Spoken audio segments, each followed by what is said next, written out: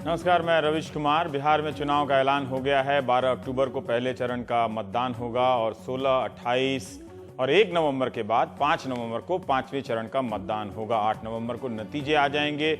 इतना लंबा चुनाव होता रहता है, लेकिन इतना लंबा चुनाव कवर करने वाले भी लंबे हो जाएंगे। बिहारी ज़बान में कहे तो लमर जाएंगे। तो सवाल वही है जो कहीं नहीं है, ये चुनाव किस लिए हो रहा है? दिल्ली के लिए हो रहा है या बिहार के लिए हो रहा है? क्या ये सच है कि जाति का चुनाव है? क्या ये सच है कि विकास का चुनाव है? क्या ये सच नहीं है कि जाति में विकास है और विकास में जाति है? हर चुनाव पिछले चुनाव से अलग होता है, ये सब जानते हैं। ये विकास क्या है? कभी पैकेज की शक्ल में विकास आता है तो कभी पैकेट की शक्ल में विकास खो जाता है। क्या बिहार का चुनाव हमारी राजनीति में कोई नया आदर्श कायम करने जा रहा है, कोई नई दिशा देने वाला है, या हर तरफ से जुटान है? कहीं से भी टूटते चले आइए, कहीं से भी किसी से भी जुड़ते चले जाइए। तो हम प्राइम टाइम में बात करेंगे। हमारे साथ हैं योगेंद्र यादव, हैं संस्थापक हैं, राजनीतिक विश्लेषक के तौर पे भी हैं। आप स्वराज्य संस्था के हैं। शाहनवाज हुसैन हैं, प्रवक्ता बीजेपी। मनोज झा हैं, आरजेडी के प्रवक्ता हैं। हरिवंश जी हैं, सांसद हैं जेडीयू के। अब शाहनवाज जी, मैं आपसे जानना चाहता हूँ, बहुत विकास विकास मैं सुन रहा हूँ, तो आपका कोई विकास होगा, नरेंद्र मोदी का विकास, तो कोई संक्षेप में 2-4 विकास बता दीजिए जिस विकास को लेकर आप बिहार जा रहे हैं। नहीं, देखिए, बिहार में जो आपने दिखाई है तस्वीर, रवि जी, आपने बहुत अच्छा रिसर्च किया, आपको बधाई। बिहार की एक तस्वीर आपने दिखाई। इन्हीं तस्वीर को पिछले 35 साल से उस तस्वीर को बदलने के लिए हम बिहार जा रहे हैं। 10 साल कांग्रेस, 15 साल लालू जी और 10 साल नीतीश जी, जिसमें हम भी 7 साल। आपको सूरत की भी तस्वीर दिखाई है, सूरत की भी तस्वीर दिखाई है, मुंबई की भी तस्वीर दिखाई है, लुधियाना की भी तस्वीर दिखाई है।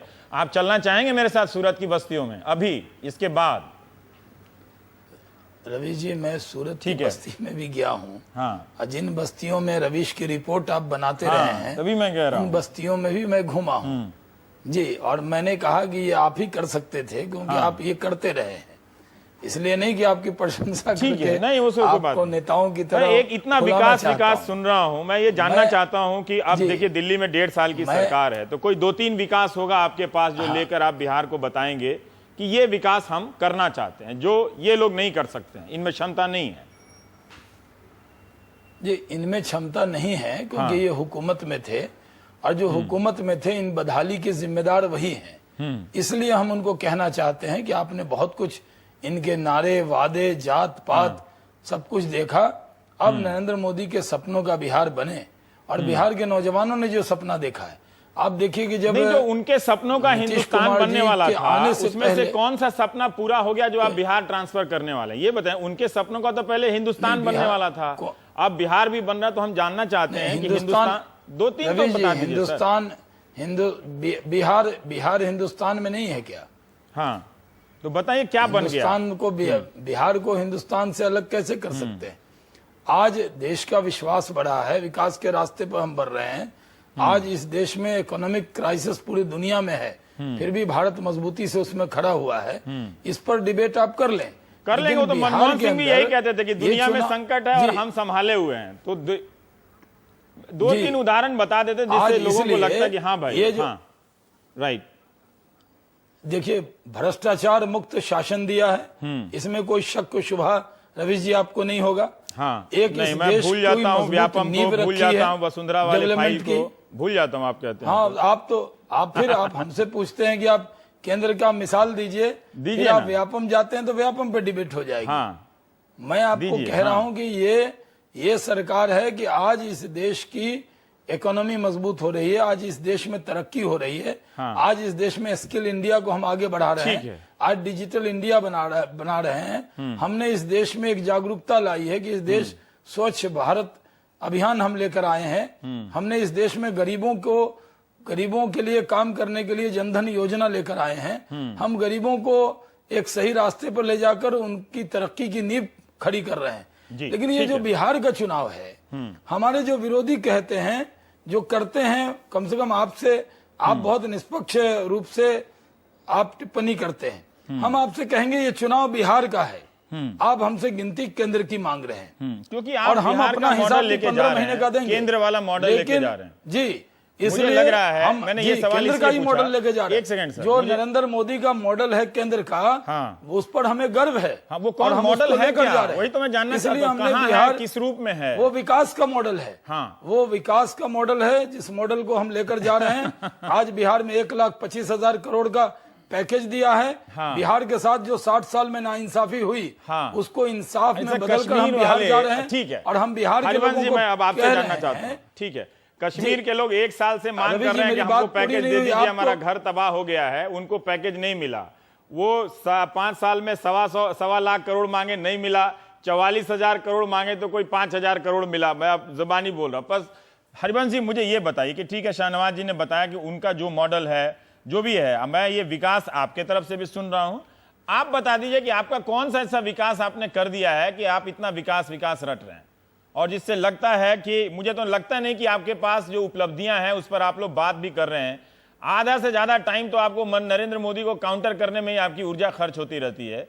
लेकिन यहां बता दीजिए कि आपका कौन सा वाला विकास हो गया है और कौन सा वाला जो विकास है जो अभी होना बाकी है। रवीश जी, आप जानते हैं राजनीति हालात के बदलने की संभावनाओं का नाम है।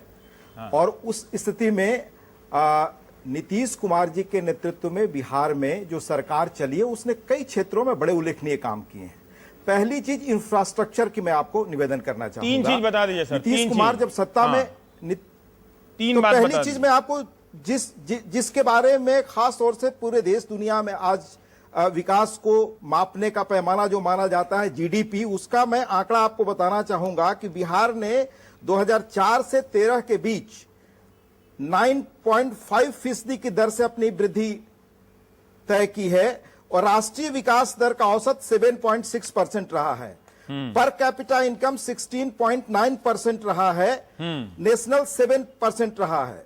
पॉवर्टी यानी गरीबी घटने का आंकड़ा लगभग 20.7% है। राष्ट्रीय औसत यह 15.3% है। ये मैं 3 चीजें आपको बताई। एक चौथी चीज मुझे कहने की आप इजाजत दें कि इन आंकड़ों को देख करके ही 2013 में एक रिपोर्ट आई जिसमें आज जो नीति आयोग के सदस्य हैं वे भी उसमें थे और अंकलेश्वरैया अय्यर जी थे। 3 इकोनॉमिस्टों ने रिपोर्ट दी कि बिहार का जो जीडीपी है उसकी प्रगति ने देश को आगे खींचा, यानी जो देश अब तक बिहार को बोझ मानता था उसको आगे बढ़ाया। ऐसी ही रिपोर्ट देखें तो इन तमाम दावों के बाद भी, ठीक है, इसी तरह का दावा गुजरात मॉडल से होता रहा है। ठीक है, अब वहां उसकी सच्चाई कुछ और दिख रही है, वो पहले भी दिख रही थी। लेकिन आप लोगों का भी ये जो विकास मॉडल का दावा है, मुझे बता दीजिए कि कौन सा पलायन आपने रोक लिया लोगों का जाना, रोजगार कितना दे दिया? मुझे बता दीजिए कितना रोजगार दे दिया आपने? कोई तो संख्या होगी ना, 100, 200, 300, 500 कुछ तो होगा। बता दीजिए कितने लोगों को रोजगार दिया आपने? दो वर्ष पहले ये आधिकारिक आंकड़े आए थे कि पंजाब में बिहार के मजदूरों का जाना बंद हो गया था। आप शिक्षा से लेकर अन्य क्षेत्रों में देखिए तो हर क्षेत्र में बड़े पैमाने पर नियुक्तियां हुई हैं। कम से कम शिक्षा के क्षेत्र में लाखों अध्यापक रखे गए हैं। स्वास्थ्य के क्षेत्र में नियुक्तियां नहीं हुई हैं। बाकी अन्य जगहों पर सरकारी क्षेत्रों में, चूंकि यहां कोई कल कारखाना बनने की स्थिति नहीं है, जो बिहार की पुरानी स्थिति है, जो मैंने एक बार आपसे निवेदन भी किया था कि देश के विकास का जो मॉडल रहा उसी ने बिहार को विकास के रास्ते से अलग रखा। और सच्चिदानंद सिन्हा जी ने बहुत पहले किताब लिखी थी कि बिहार कैसे पूरे देश की इंटरनल कॉलोनी है। ठीक है, पहली बार आज का जो वोटर है वो सच्चिदानंद सिन्हा को क्या जानता होगा वो, ठीक है, पर वो नहीं जानता, लेकिन यथार्थ तो ये रहा है ना। यथार्थ तो है कि बिहार की स्थिति रही है, उसे एक व्यक्ति ने निकालने की कोशिश की और बिहार का विकास भौतिक संदर्भों में जो हमारे विकास का जो पैमाना है उसमें सबसे आगे माना गया। मनोज जी, बिहार जो, पर ठीक है, ये जितने भी पैरामीटर्स आप लोग दिखा रहे हैं, चाहे शाहनवाज भाई दिखा रहे हैं दिल्ली का या आप दिखा रहे हैं, 1.5 साल में कितना काम हुआ है। प्रधानमंत्री को उद्योगपतियों को बुलाकर कहना पड़ता है कि आप जरा निवेश कर लीजिए, शेयर बाजार का ही पैसा चला गया जो इंडिकेटर दिखता है। फिर भी मिलने के बाद उद्योगपति मिलने से पहले आलोचना करते हैं, मिलकर आते हैं तो कहते हैं अर्थव्यवस्था ठीक हो गई, तो हमको नहीं मालूम है। वही हाल बिहार का भी है। मनोज झा जी, मैं आपसे जानना चाहता हूं कि ये विकास की जब भी बात होती है, आरजेडी इधर जाके ये जेडीयू में बगल में मिलके इनके विकास का जो भी है, जितना भी इन्होंने किया है वो हल्का कर देती है। तो कई बार शाहनवाज जी को मुझे लगता है कि उनका काम आप लोगों ने आसान कर दिया है। शायद वो नीतीश के काम को लेकर नहीं उतना परेशान नहीं होते जितना आप लोगों को लेकर वो उनके लिए काम आसान हो गया है कि आरजेडी है, ये विकास विरोधी पार्टी है, इसका विकास से कोई लेना देना नहीं है, ये जातिवादी पार्टी है। रवीश भाई, मेरा मानना है कि लालू प्रसाद जी शायद एकमात्र राजनीतिज्ञ हैं जिनको कैसे रिप्रेजेंट किया जाए वो बाकी लोग तय करते हैं, वो खुद नहीं कर पाते। हाँ। हम आज तक चारा के साए से निकल नहीं पाए। हाँ। 15 वर्षों में और कुछ भी हुआ। हाँ। अंक पत्र में और विषय थे, उस पर कोई चर्चा नहीं हुई। सो मच सो कि आज योगेन भाई का भी जो आर्टिकल आया, हाँ। तो उन्होंने मतलब विद ड्यू रेस्पेक्ट काफी निष्ठुर तरीके से उन 15 वर्षों का विमर्श उन्होंने रख दिया। मैं एक दो छोटी बातें कहना चाहता हूं। ये जो गठबंधन है या जो विकास की चर्चा है, मैं मानता हूं कि बीते 15 वर्षों में एक नव उदारवादी मानदंड में हम जॉबलेस ग्रोथ को सेलिब्रेट करते रहे हैं।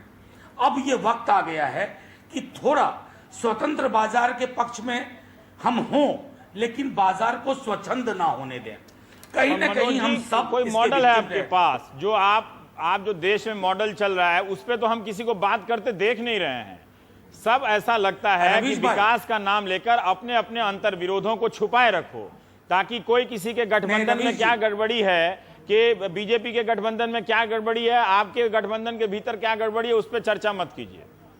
विकास करते रहिए। किसी को कुछ समझ में नहीं आने वाला कौन सा विकास है ये। नहीं रवीश जी, हम चुनाव जीते या हारें, लेकिन मैं आपके माध्यम से इस जितने भी आपके दर्शक हैं उनको बताना चाहते हैं कि हम चर्निंग के दौर से गुजर रहे हैं और हम इंश्योर करेंगे, जो कि कई लोग मिस करते हैं, हमारे गठबंधन को सेक्युलर गठबंधन बताते हैं। नहीं, हम एक अवधारणा को भी लेकर के आ रहे हैं कि जो ग्रीस में हुआ, हाँ। और जो यूरोप में एक पूरी प्रक्रिया चल रही है, वो हिंदुस्तान में ना हो, एक विकल्प जिंदा रहे। वो बिहार में लेके आ रहे हैं। लालू जी से बहुत शिकायत नहीं, लालू जी से आपको बहुत शिकायत। मैं आपको बार बार आपसे पहले भी कहा था रवीश जी कि ये बिहार में चुनाव है, लेकिन सिर्फ बिहार का चुनाव नहीं है। ये बिहार के माध्यम से हम एक विकल्प तलाश रहे हैं। हमारे सामने अभी कौन सी ऐसी स्थिति आ गई? अभी तो लोकसभा का चुनाव भी नहीं है। जब बिहार के माध्यम से 2014 में जब आप विकल्प तलाश रहे थे तो आप लोग विकल्प नहीं दे पाए। अभी तो 3 साल बाद 4 साल बाद लगभग है, वो 2019 आने में असम आ जाएगा, यूपी आ जाएगा। तो ये राष्ट्रीय स्तर पर विकल्प का लोड जो है ना, वो 2017-18 के चुनावों को लेने दीजिए, 2015 के चुनाव को बख्श दीजिए, कम से कम बिहार की बात तो कीजिए आप लोग। नहीं रवीश जी, आपको बिहार के चुनाव के नैरेटिव को समझना होगा। से बाहर मैं भी आश्चर्यचकित हूं कि बिहार में विमर्श में ये 10 वर्ष की नीतीश जी की सत्ता पर बात नहीं हो रही है। 14 महीनों की मोदी जी की सत्ता के बारे में, उनके सरोकारों के बारे में बात हो रही है। ये क्यों हुआ मैं नहीं जानता, लेकिन 14 महीने की उनकी सरकार और उससे जो एक हताशा उत्पन्न हुई है, चाहे बाकी मीडिया का एक वर्ग माने या ना माने, लेकिन विमर्श में वो है। विमर्श में ये नहीं है कि 10 वर्ष नीतीश जी ने कैसे सरकार चलाई। इससे आपको पता चलता है। योगेन जी, सचमुच आज आपका टाइम्स ऑफ इंडिया का आर्टिकल पढ़ रहा था, उस पर अभी मनोज ने कह दिया है तो आप टिप्पणी कर सकते हैं, लेकिन मैं ये जानना चाहता हूं कि ये जो विकास हो रहा है एक मतदाता के तौर पर, हालांकि राजनीतिक प्रवक्ता होना चुनाव के समय एक तरह से बेस्ट टाइम है प्रवक्ता होने का, कि आप धुआंधार मतलब किसी भी शॉट को कहीं से भी खेल सकते हैं, तो खेल का कोई नियम उतना होता नहीं है। लेकिन तब भी मैं जानना चाहता हूं कि एक मतदाता के तौर पे इतना विकास किया जा रहा है, उसको सही में विकास का पता चल रहा है क्या, ये बता रहे हैं, या उस विकास के कवर में हर कोई अपना अपना जो है वो छुपा रहा है उसको? रवीश, आपने इस कार्यक्रम की शुरुआत कुछ बहुत बड़े सवालों से की थी और बहुत बुनियादी चीज़ें आपने उठाई थी, और मैं चाहूँगा कि आज के कार्यक्रम में हम उन बुनियादी चीज़ों पे कुछ तो बात करें। आपने बात की उस बिहार की जो हर जगह गाली खाता है, हर जगह लात खाता है, और उस सब के बावजूद एक अद्भुत जिजीविषा है जिस बिहार में। वो बिहार को क्या एक नई दिशा मिलेगी? मैं सच कहूँ, जो आज मैंने सुबह इंटरव्यू के अंदर भी कहा है, हालांकि उससे ऐसा इंटरव्यू से लगता है मानो मैं चुनावी भविष्यवाणी कर रहा हूँ, वैसा करने का कोई मेरा इरादा नहीं है और उस सब धंधे से कोई मेरी अब रुचि नहीं है। अच्छा। जो मुख्य बात मैंने कही, जो मैं मानता हूँ, वो ये कि नई दिशा तो छोड़िए, मुझे लगता है बिहार में पिछले 20-25 साल में जो कुछ भी बिहार को मिला था वो भी बिहार खो सकता है। तो मुझे लगता है कि इस चुनाव में चाहे जो भी जीते, बिहार हारेगा। ये बहुत कड़वी बात है। क्यों मैं ये कहता हूँ? एक बिहार में सामाजिक न्याय का पिछले 20 साल में कम से कम ऐसा लगा था कि सामंतवाद की रीढ़ टूटी थी, लेकिन वो सामाजिक न्याय की राजनीति आज शुद्ध जातीय काइयां खेलों तिकड़मबाजी की राजनीति बन गई है, जो कि आज उससे भी पीछे जा सकती है। सेकुलरिज्म के सवाल पे कम से कम ये था कि बिहार में कोई बड़ा सांप्रदायिक दंगा बहुत समय से नहीं हुआ था। आज वो सिर्फ मुसलमानों को बंधक बनाए रखने की राजनीति है और बड़ी घबराहट वाली सेकुलर राजनीति है, उसमें भी हम पीछे जा सकते हैं। और रही बात विकास की, मैं नहीं समझता उसमें बिहार के पास आज कुछ भी विकल्प है। हरिवंश जी ने बड़ी सुंदर बातें कही, मैं बहुत सम्मान करता हूँ और हरिवंश जी से पब्लिक फोरम में डिसएग्री करने से पहले 2 बार सोचूंगा। मैं सिर्फ इतनी चीज़ पूछूंगा हरिवंश जी, अगर जनता दल यूनाइटेड ने वो सब चीज़ें की थी तो क्यों नहीं आप उस दम पे बिहार के लोगों के सामने जाते? आपके सब चीज़ों के अंदर जो आपने सारे आंकड़े दिए, वो सब आंकड़े किससे तुलना थे? वो थे उसके 15 साल पहले लालू प्रसाद यादव जी की सरकार से। अगर आपको लगता है कि जेडीयू ने कुछ अद्भुत चीज़ें की पिछले 10 साल में, जो कि पिछले 15 साल की तुलना में बहुत बड़ी उपलब्धि थी, तो फिर उस 15 साल के बोझ के साथ आप क्यों जा रहे हैं चुनाव में? हरिवंश जी इसका जवाब देना चाहेंगे? वो घबराई हुई राजनीति। अगर आप इसका, मेरा योगेंद्र जी से एक सवाल था, लेकिन आप इसका जवाब दे दीजिए जब उन्होंने पूछ लिया। एक सवाल है। हाँ, एक सेकंड, पहले हरिवंश जी अपने सवाल का जवाब देते हैं, उनको आया एक सवाल। जी आप दे दीजिए जवाब। मैं योगेंद्र जी का लिखा और बोला हर चीज बहुत ध्यान से पढ़ता हूँ, थोड़ा सम्मान कम कीजिए मुझे इस शो में। सीखने हाँ, को मिलती हैं। हाँ। नहीं, पर सम्मान देते हुए बहुत विनम्रता से मैं 2-3 चीजें कहना चाहूंगा। हाँ। आप देखिए, भारत की राजनीति में लगभग 66-67 के बाद ही कोलिजन पॉलिटिक्स का दौर आया, और यह बात 2 बड़े प्रभावी चिंतकों ने, जिनका अच्छा खासा बहुत नजदीक का सरोकार हमारे भाई योगेंद्र जी से रहा है, बहुत पहले कर दी थी, जब कोई सोचता नहीं था कि एक पार्टी के राज्य से भी अलग हटकर कई पार्टियों का एक साथ कोई शासन की स्थिति बनेगी। तो उसमें पहले सच्चिदानंद सिन्हा जी ही थे जिन्होंने कोलिजन पॉलिटिक्स पर किताब लिखी। दूसरा प्रोफेसर कृष्णनाथ थे, जब उन्होंने ये बात कही तो जेल में बंद थे, 2 दिनों पहले वो हमारे बीच नहीं रहे। तो 2 लोगों ने बहुत पहले कहा था, और आपने देखा बिहार में भी लोकसभा चुनाव में कि किस तरह से अलग अलग ये लोग रहे। योगेंद्र जी का सिंपल सवाल था कि अगर आपके पास 10 साल की उपलब्धियां थी तो आप उन्हीं उपलब्धियों के सहारे चुनाव जाते। सवाल आप उसके सहारे क्यों गए चुनाव में जिसकी तुलना में आपकी उपलब्धियां बड़ी दिखती हैं, है ना? लालू राज की तुलना में आपकी उपलब्धियां बड़ी दिखती है ना, तो आप क्यों गए उसके सामने? ये वो सवाल उन्होंने आपसे पूछा। रवीश जी, जरूर एक यह रास्ता था, लेकिन 2014 के लोकसभा चुनाव में हमने देखा कि इस रास्ते पर चल करके जो स्थिति बनी वो कोलिजन पॉलिटिक्स में हमारे लिए सहायक नहीं हुई, इसलिए हम गए उस सामाजिक बेस के आधार पर। ठीक है, मेरा एक मनोज आप कुछ कहना चाहते हैं? रवीश जी, मैं दो छोटी टिप्पणी। आज के योगेंद्र भाई के इंटरव्यू को सुबह आज आंख खुलने के बाद सबसे पहले वही पढ़ा। एक तो उसमें उन्होंने एक तकनीकी खामी है। उन्होंने कहा कि कोई भी गठबंधन जब किसी दल के खिलाफ बनता है तो वो दल और मजबूत होता है। 67 से लेकर के 77, 89 का पूरा इतिहास बताता है कि गठबंधन क्यों आवश्यक होता है एक ऐतिहासिक कालखंड में। दूसरी चीज, उन्होंने इस पूरे गठबंधन को सेक्युलरिज्म का गठबंधन बताया। उन्होंने हमारे नैरेटिव को नहीं समझा, संभवतः उनको पता नहीं होगा कि हमारे अंदर क्या विमर्श चल रहा है। और तीसरी चीज मैं बताना चाहता हूं कि आप जाति के प्रिज्म, यूपी का आपका परसेप्शन जो है वो बिहार पे लागू नहीं होगा। सामाजिक न्याय एक डायनामिक प्रोसेस है, और उस डायनामिक प्रोसेस को जिंदा रखने के लिए हम जैसे 1000 लोग कोशिश कर रहे हैं योगेंद्र भाई, वो खत्म नहीं हुई है। और एक जाति तक मेरा एक शाहनवाज जी के कहने से पहले मेरा एक योगेंद्र जी से सवाल है। योगेंद्र जी, अभी आप कह रहे हैं कि पिछले 15 साल में जो सामाजिक न्याय के तौर पर कमाया गया था उसे गंवा देने का खतरा है और सामंती शक्तियां आ जाएंगी। क्या आप ये देखते हुए भूल गए या नजरअंदाज कर गए कि उन 15 साल में जो सहयोगी पार्टी कौन थी? वो बीजेपी थी। जिनके आने को आप सामंती शक्तियां बता रहे हैं वो तो सामाजिक न्याय की सहयोगी शक्ति थी। रवीश भाई, मैं दरअसल पिछले 25 साल की बात कर रहा था, और विशेष तौर पे मनोज झा जी जिस दौर का जिक्र कर रहे थे, 90 से 2005 का जो दौर था, चूंकि मेरी मान्यता रही है, मैंने लिखा भी कहा भी है कि लालू जी की जो पहली जीत थी वो बिहार में सामाजिक न्याय की बहुत बड़ी जीत थी, और उससे बिहार के सामंतवाद की रीढ़ टूटी। लेकिन उसके बाद जिस तरह का राज चलाया वो बिहार पे और पूरे देश पे बोझ था। इसी तरह से नीतीश कुमार ने अपने पहले राज में बिहार के लिए एक नई उम्मीद खोली, कुछ शुरू में काम भी किया, लेकिन उसके बाद उनके पास वो दिखाने को नहीं है जो कि हरिवंश जी कह रहे हैं। हरिवंश जी और मनोज जी दोनों से मैं कहना चाहता हूं, मेरा ये कहना नहीं है कि गठबंधन अपने आप में अनैतिक है। मैं नहीं कह रहा गठबंधन हो नहीं सकते, होने नहीं चाहिए। मैं केवल ये कह रहा हूं कि जो गठबंधन आज बिहार में बना है, ये जो जनता दल यूनाइटेड और आरजेडी का गठबंधन है, ये मजबूरी का गठबंधन है। हरिवंश जी ने ईमानदारी से अंत में कहा भी कि 2014 के चुनाव के बाद क्या रास्ता बचता था। अगर ये जो हारी हुई मानसिकता का गठबंधन है, ये जो सेकुलरिज्म के नाम पर किसी तरह से इकट्ठे होकर बीजेपी के खिलाफ हो जाओ, उसका गठबंधन है,